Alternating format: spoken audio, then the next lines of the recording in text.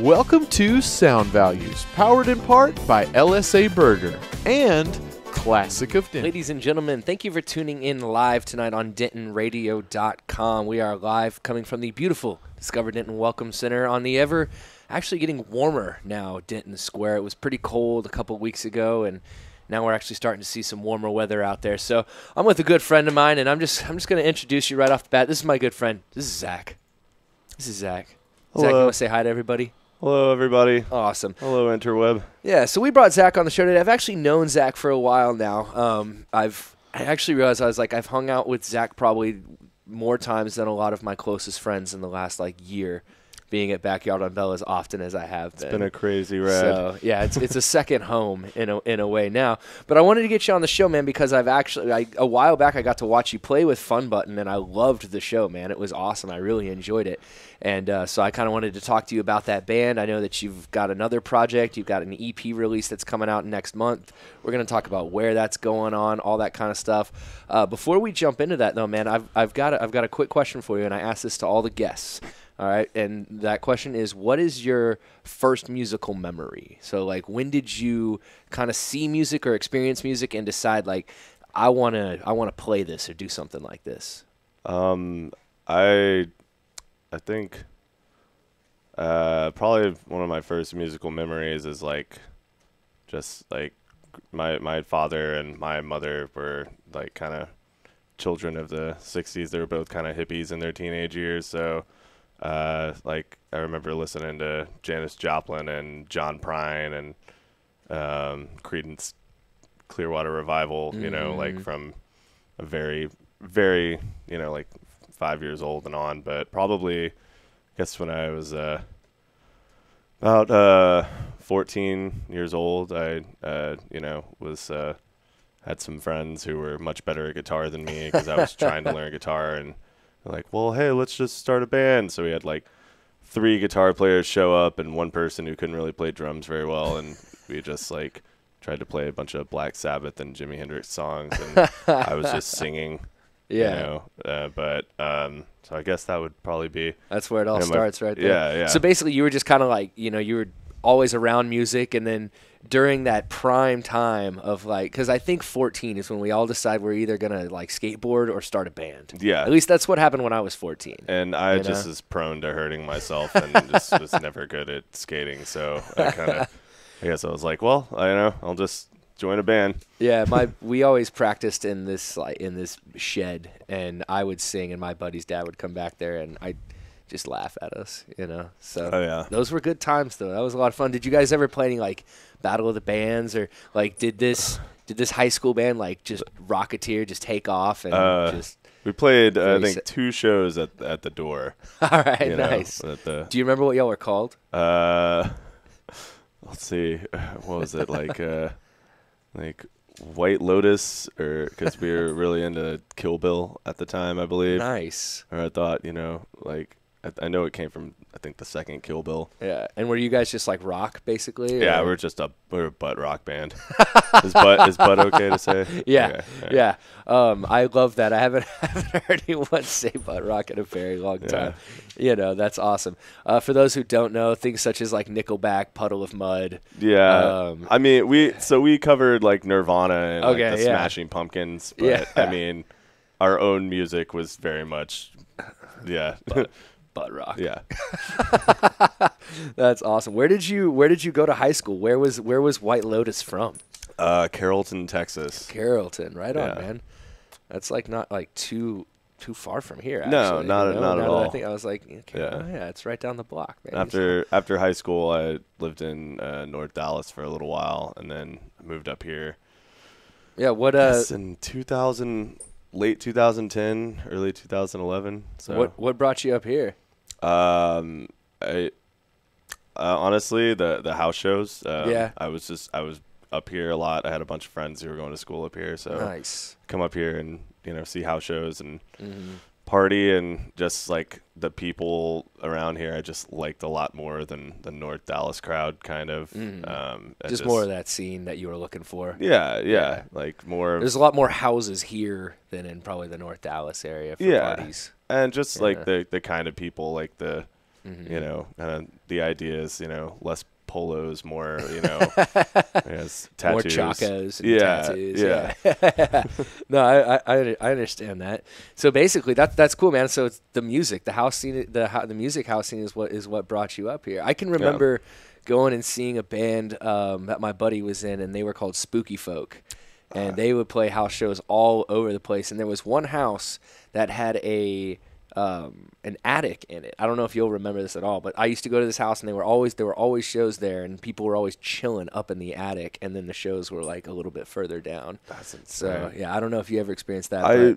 I remember seeing Spooky Folk like when I first moved up here. I think I saw them at Dan's, and I used to work with that. You ever heard of Manned Missiles when they were around? Around the same time. But it's like the dudes from Golden Joy were. Okay. And I know Golden Joy. I know those guys. Yeah. They used to be in a band called Manned Missiles, and they were really awesome. A lot more like indie rock, but yeah, like I think it was like Peopleodian and Spooky Folk and like Manned Missiles and me and Robbie, who was in Fun Button. We had just moved up here, and I worked with two of the members of Manned Missiles, and they were like, "Hey, we're playing a show at Dan Silverleaf tonight." And I was like, "Oh, I've never been." So we ended up going out there, and then like after that, I was like, "We need to start a band." Yeah, that's pretty awesome, man. So that's cool. Kind of this is like one of the smoother stories that I've heard on the show. You know, some people are like, "Oh, you know, like I went to like Europe, and then I traveled." Like Richie was talking about like going to Europe and all this, but this is just like. You just seem to be like a dude who enjoys music and likes playing tunes, man. Yeah. And I've seen this when you've been on stage before, you know. The hair does not stay still. No, it's you know.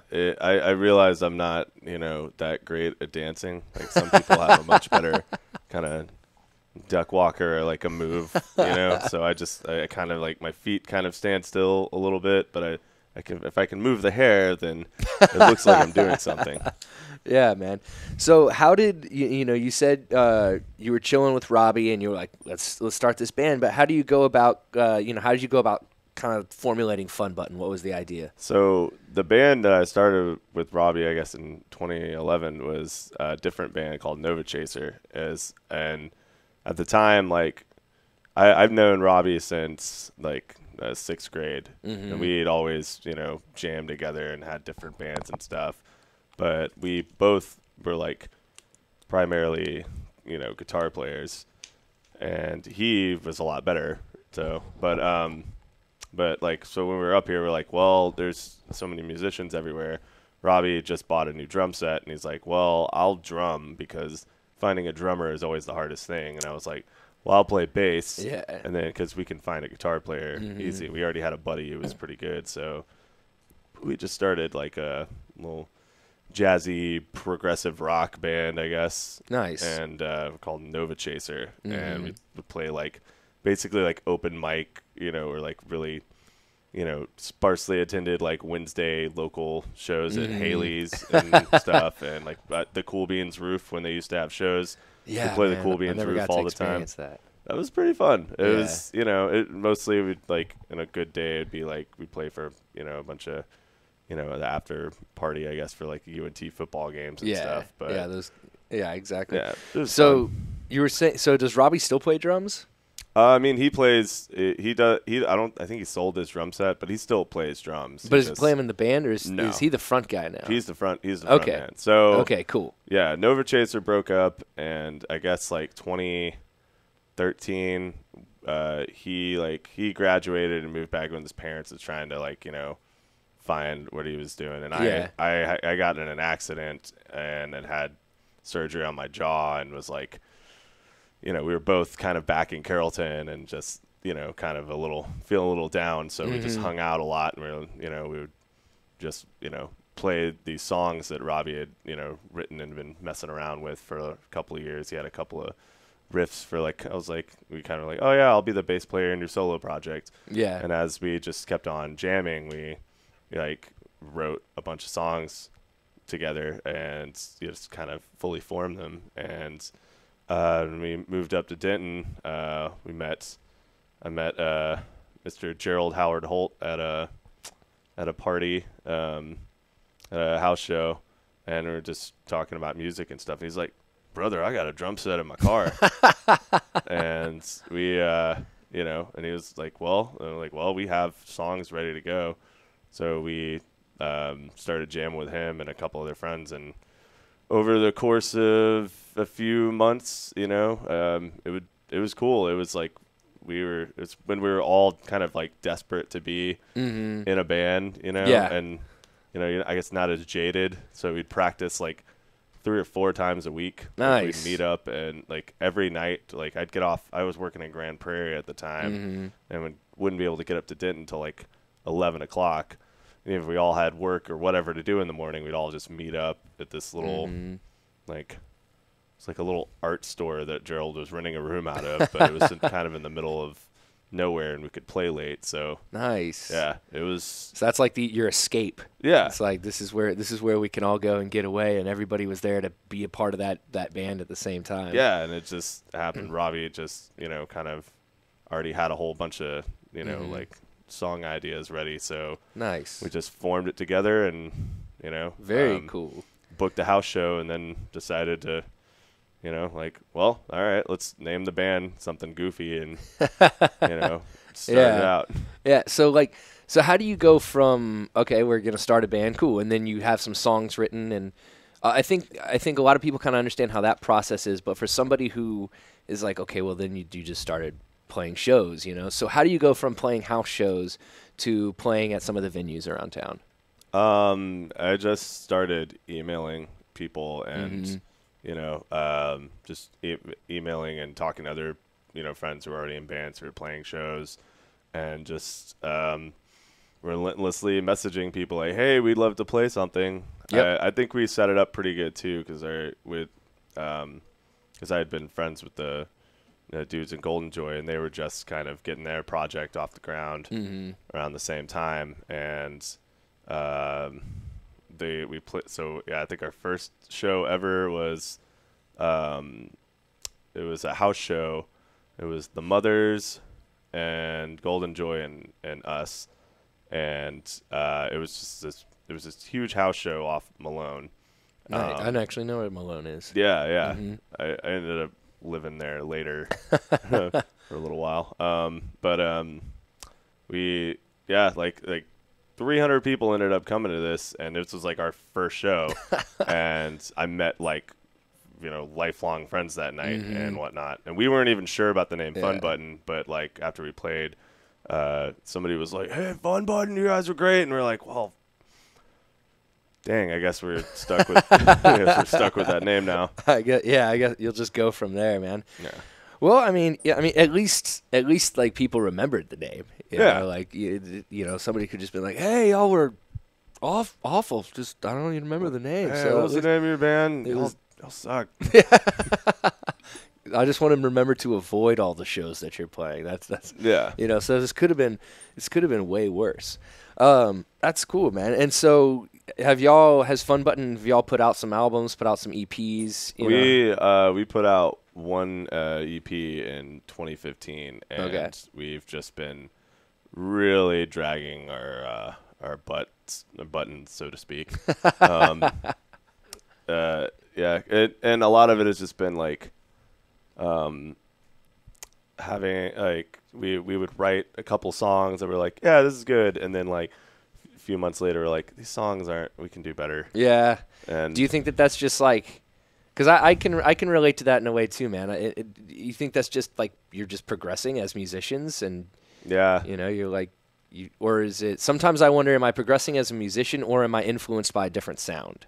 I think it's a little bit of both of that, and I also think it kind of like our laziness or our sluggishness kind of helped in that way, because instead of, you know, like, whereas if we were trying to keep the iron hot all the time and like, you know, like, no, we need to push stuff to go faster, I think we would have put out some stuff that wouldn't have been, you know, like the reason we recorded, like we started in like April of 2014, we recorded our first EP in May of 2015, and we just chose the 4 songs that we were like, nah, these are ready to go. These are like the cream of the crop of what we're doing, instead of just making like a full length with some other songs that we honestly don't even play now.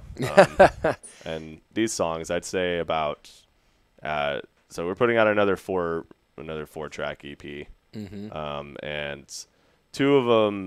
one of them has been around since like the beginning, that we've played a whole lot, and the other 3 were all written in the last year and a half, but just perfecting it pretty much. And we're writing some newer stuff now. It's kind of picking up a little more, but it's very cool. Yeah, it depends. I envy bands that they can just bang out material, like crank stuff out. Yeah, man. I mean, I've seen y'all a couple times, and I was friends with Beth. And so she was sitting up front. She's like, "Have you ever seen him?" I was like, "Nah." And she was like, "Front guy's my boyfriend." And I was like, "Oh, yeah." All right. I introduced them. There you go. Nice. Look at you, Cupid over here. Oh yeah. Yeah.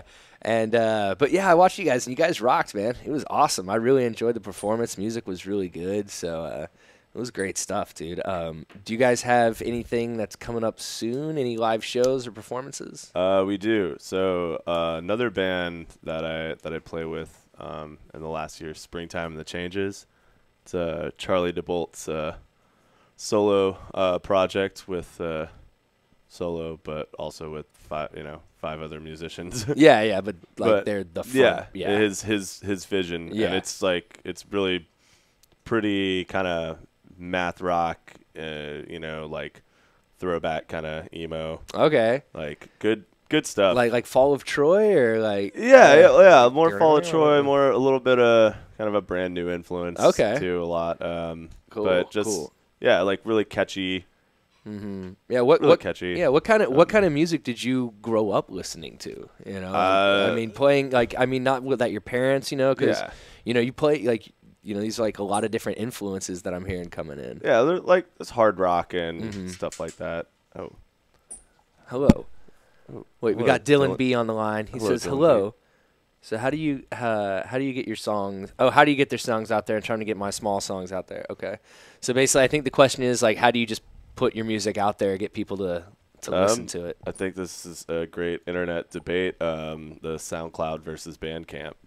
With you've seen the memes. With Bandcamp is a good way. Honestly, if it's more solo acoustic stuff, just go to open mic nights. There's also the Denton Songwriters Guild. They're really cool. I like how they do their like how they kind of give prompts out sometimes for, like, hey, bring a song to the table that reminds you of love or longing or one of the many things one of the many our things songs. But I would just show it to everybody, like without trying to annoy them too much. Just be like, hey, you listen to my stuff and give me an honest opinion, and just send one message to people you don't know, 2 messages to people you know well, and don't stop bugging your friends until they tell you it's awful or good. Just network and hustle. That's the only way. Because so I use SoundCloud and I use Bandcamp. Because you can, there's what I think is there's audiences and people who prefer the different media, the different displays. So like if you're trying to sell your music, you definitely want to use both, because you can put a purchase link on SoundCloud, and so people can click that, and then it takes them to Bandcamp. Honestly, you should put your music on every medium. If you can afford it, put it on Spotify. We're about to put our old EP on Spotify in the next upload it to your Google account. I don't care. Do it on absolutely everything. Google Play, iTunes, whatever you can. Instagram. There's packages where you can get them all on all the streaming services. Yeah, exactly. If you want to do it more independently, use Instagram, use Snapchat, all that kind of stuff. Put links to your music, all that, and people will start to hear it more and more. Do the open mic nights. That's the one thing that consistently people talk about, is actually the open mic nights. But I don't want to get too off track here. I did want to talk about the Springtime and the Changes, because I know you'll have an EP release coming up.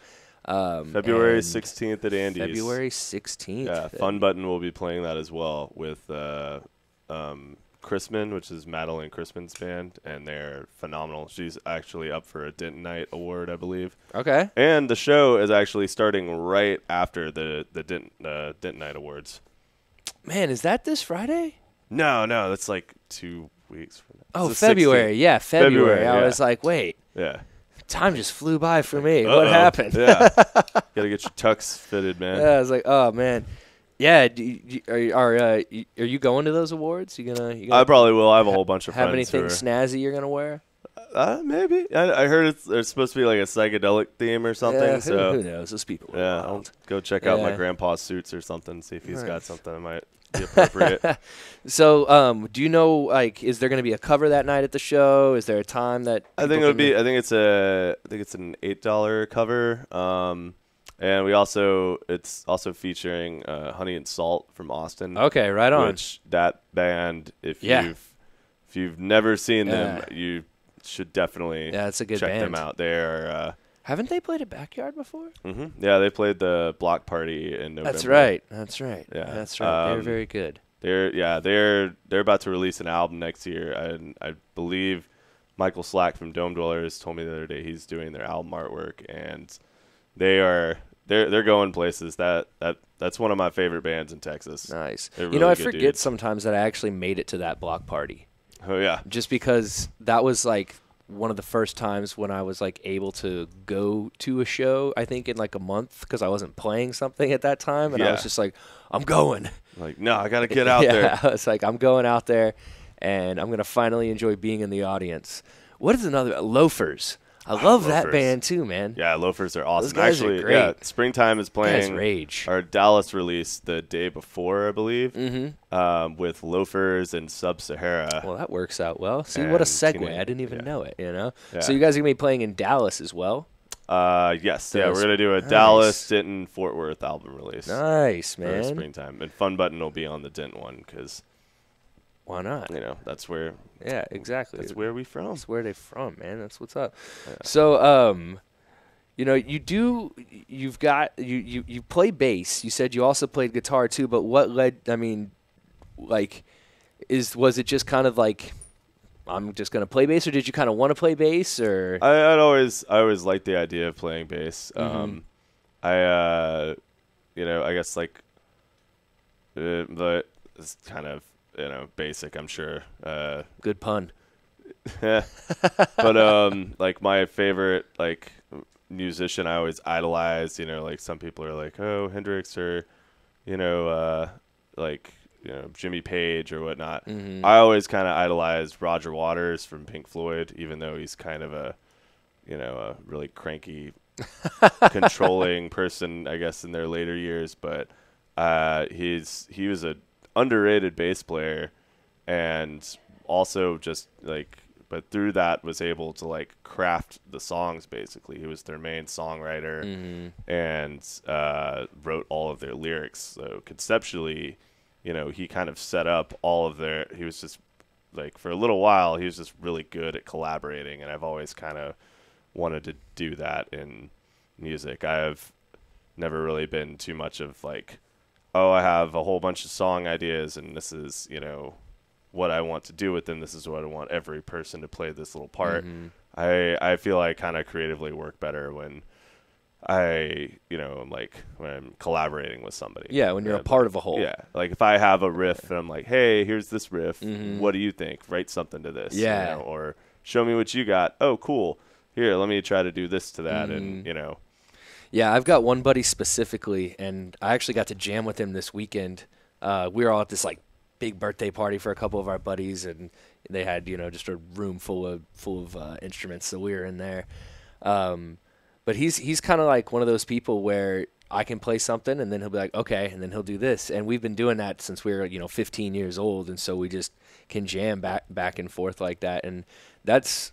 That was always the way that I liked making music when I was writing it with a group of people and stuff was, hey, I came up with this. What can you play over it? Instead of someone coming in and saying, hey, I wrote all this. I want you to do this. You do this. You do this. You do this. Yeah. Which there's nothing wrong with that as far as the creative process or if you want to write, but just the way that I enjoyed, I'd be exhausted to try and do all that. Yeah, and being in not talented enough. I wouldn't mind being in a band there, in springtime, I mean, Charlie he's brilliant musician. Mm-hmm. He's a drummer, and I don't know if I can say their name on here. Teenage. Oh, okay. Yeah, Yeah. Well, if you're in town, you know what it is. Yeah, Teenage Bleep Machine. The teenage boys. Yeah. But they, so he's been a drummer in a whole bunch of other projects that I've loved and collaborated with him. He's just like a multi-instrumentalist, but a lot with springtime, like he basically has most of these songs formulated, but he gives me the freedom to, kind of just play with it on bass how I want. But it's kind of nice being able to be like, okay, you already have the songs ready, cool. Well, here I'm gonna do my own thing to them, but it's nice to be able to just add on to somebody else's work and just jam with other people. Yeah. Yeah. There is something that like if you've never or if you don't play music with people often, like, I do a lot of the stuff on my own. So like when I get to play music with people, there's something, and it's going to sound silly, but there is something magical when like you're playing like notes that work together. As strange as that sounds, it's so much fun. It's like, it's one thing to like be on a computer and like, okay, I'm going to play this. All right, now I'm gonna record that. Okay, now I'm gonna record this part. It's another thing to like be in a room and like you're just jamming and there's another guy across from you jamming and then your drummer's just going off. Like there's just so much energy in this like invisible connection of just building that chemistry. Yeah, of just so much fun. And, that's why the Stones are still doing it, because it's so much fun. Yeah, you guys are like 920 years old. It's still awesome. The dinosaurs, they're they're riffing with your dudes, more limber and just more alive than most. Yeah, it makes you want to jump up and do something dangerous with your expensive equipment. Yeah, exactly. Well, see, and that's actually one of my first memories, dude. Is watching Garth Brooks smash a guitar. My parents were watching this concert. And, that is awesome. Yeah, he just crushed it. Wasn't as epic as Hendrix lighting his on fire. Yeah, which was I mean, pretty sweet. Look, Garth can rock with the best of them. Yeah. I'm glad someone else agrees with me on that. All right. Oh, yeah. Sometimes I get a little flack for my love of Garth Brooks. So man, if you had to choose some place, and this is one of those questions that I'm just going to kind of throw out there. Let's say that you and Fun Button, like, somebody flies in on this jet and they're like, hey, you guys get in, we'll fly you anywhere to record an album. Where would you want to spend your time? And I was thinking about this the other day when my buddies brought up the Make Yourself DVD by Incubus and where they like made in this house. So I was like, man, I'm gonna start asking people that question. So if you could go somewhere to make an album with Fun Button with these guys, where would you choose? Boulder, Colorado. Boulder, Colorado. We played we like went right on a on little the edge. tour there a couple of years ago, and Yeah.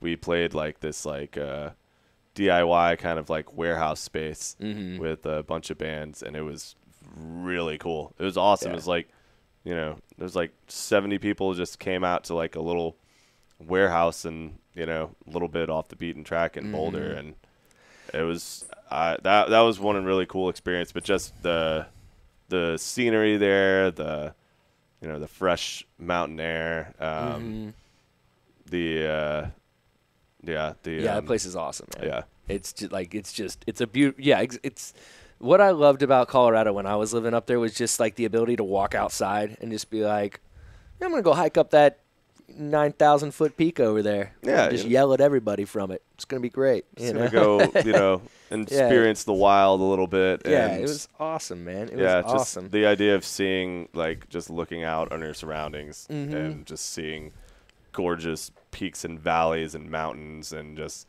looking like that. That's just got to be reassuring every day. Like, you get off work and you had a cruddy day and you're just like feeling down and you just look around and you're like, man, I guess I can't be that mad. Like, yeah, exactly. Yeah.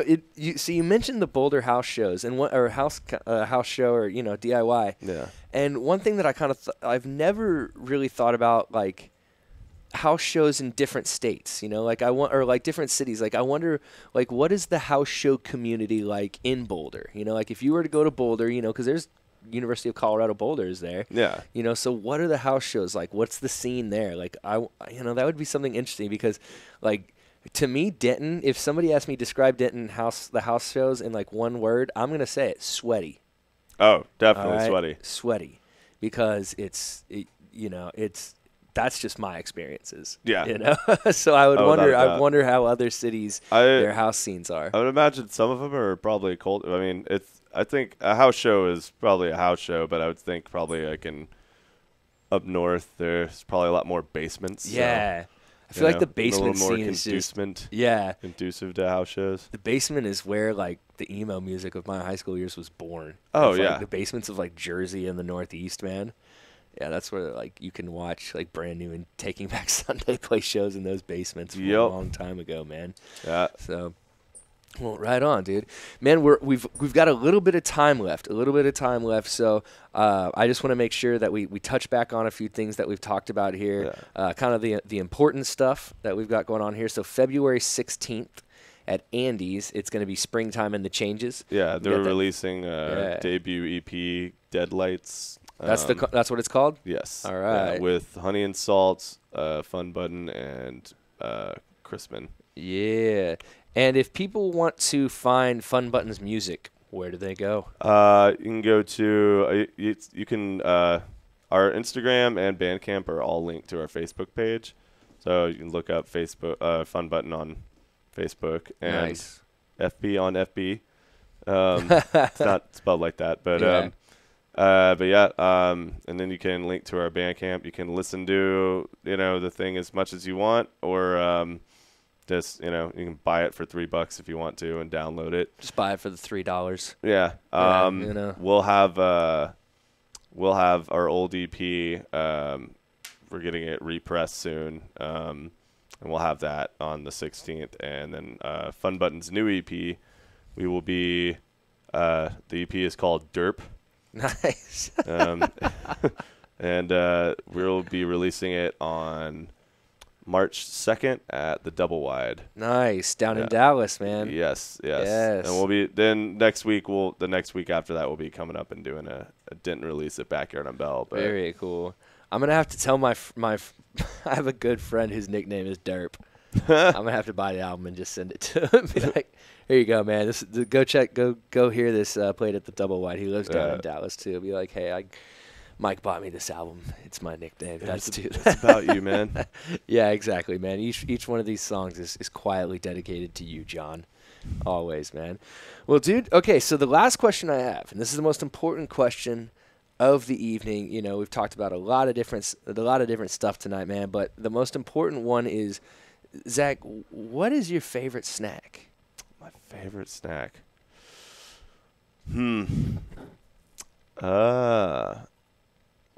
Shredded cheese from the bag at 3 a.m.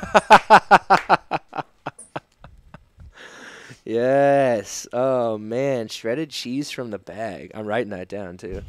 Shredded cheese from the bag. Not always proud of it, but I have like a whole drawer full of these things, by the way. So I know a majority of people's preferred snacks in the music community around here. Like a nice crouton.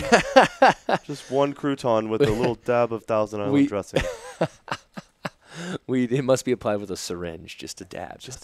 We had one person who was like, I like avocados with Icelandic sea salt. Had to be Icelandic. I bet that is like there's like a whole bunch of baby boomers who might have heard that and just like shuddered and that's why you can't buy a house. Your avocado toast. Spending all your money on Icelandic sea salt. That's awesome. I have to try Icelandic sea salt. Yeah, I mean, maybe sprinkle it on some of your bagged cheese, some of that shredded cheese. Do you have like a preference? Is it like Colby Jack, mozzarella, cheddar? I usually get the Mexican blend because I make a lot of breakfast tacos. Oh, there you go. So that's usually my victim at 3 a.m. Well, man, like when you work late, Oh, yeah, I do work. I'm a bartender, so yeah, he's not just waking up in the middle of the night like, what, I really need some shredded some shredded mixed cheddar. Yeah, that's it's what like when I'm like, I want to eat something, but I also want to go to bed. So. I feel like it's just like once every 3 months, I just buy a pack of cheese and I just eat the whole thing in a day. Yeah. You know, I'm just like, I'm gonna put some cheese on this recipe. You know? Yeah. I don't think there's enough cheese on this pizza. You know, apparently you can melt cheese on a pear and it's pretty good. So you give that a try. I don't know. Cheese is a choice. It's a choice I make every day. Well, on that note, man, I think we're going to end it right there. I like that. Cheese is a choice, and I choose every day. Ladies and gentlemen, we've had Zach tonight in the studio, man. He's playing with Springtime and the Changes February 16th at Annie's, and then we've got Fun Buttons EP released March 2nd at the Double Wide. Y'all be sure to check them out, as well as Honey and Salt, great band who I've gotten to see. Go out, get yourself some breakfast tacos, but don't forget the shredded cheese. All right, folks, we'll see you next time right here on Sound Values. Peace. Peace. Well, thank you for tuning in. We hope you enjoyed the show. Be sure to check out DentonRadio.com for new Denton artists and where they're playing next. While you're surfing the internet, make sure you check out our friends Classic of Denton at ClassicofDenton.com.